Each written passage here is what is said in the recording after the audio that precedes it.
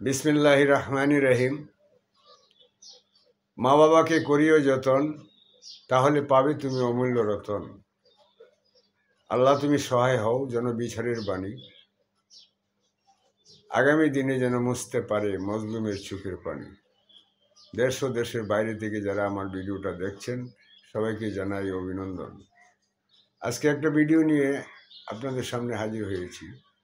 ভিডিওটার নাম হইল হতাশা। হতাশা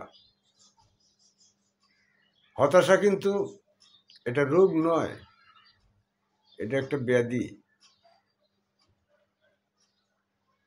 আপনি মানসিক দুশ্চিন্তা বলেন, শারীরিক দুশ্চিন্তা বলেন, সংসারী দুশ্চিন্তা বলেন,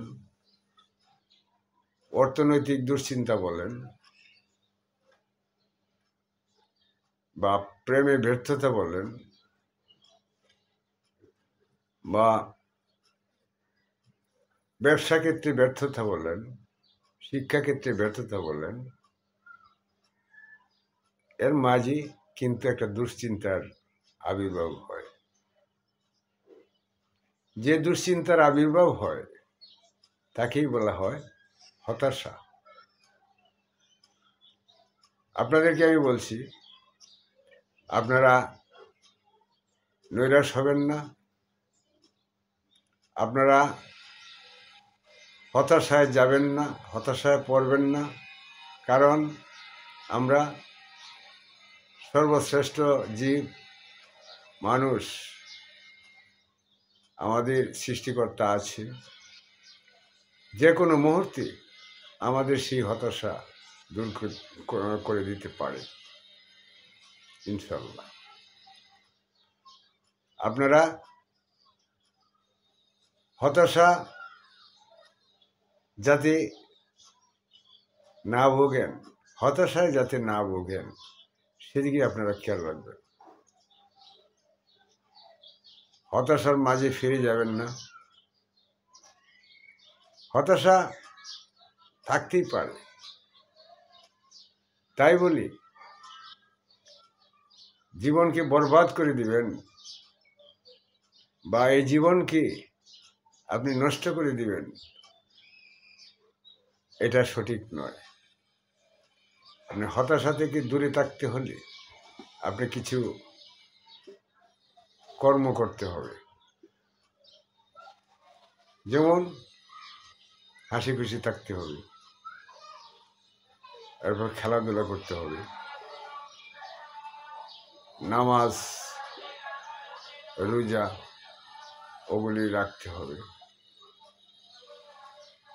আপনার আল্লাহ তাআলার যে হুকুম হাকাম ওগুলি মেনে চলতে হবে।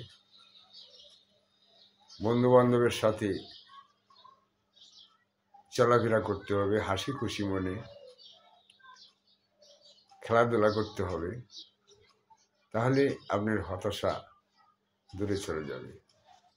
এটা কিন্তু রোগ না, এটা হলো একটা ব্যাধি। এই হতাশার জন্মটাই হয় এই যে মানসিক দুশ্চিন্তা এবং অর্থনৈতিক দুশ্চিন্তা, পারিবারিক দুশ্চিন্তা, তা নিয়েই কিন্তু এই হতাশার জন্ম। আমি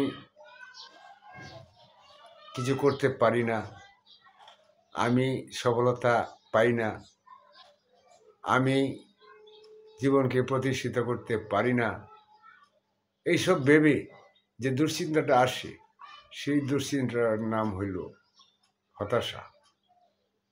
আপনারা সকলেই যারা আমার ভিডিওটা দেখছেন, আপনারা এই হতাশা ভুগবেন না, হতাশাকে দূরে ঠেলে দিন এবং আপনি আল্লাহর উপর ভরসা রাখুন। আজ এ পর্যন্তই। আপনারা সবাই ভালো থাকুন, সুস্থ থাকুন, সুন্দর থাকুন এবং নিরাপদে থাকুন। আল্লাহ হাফেজ।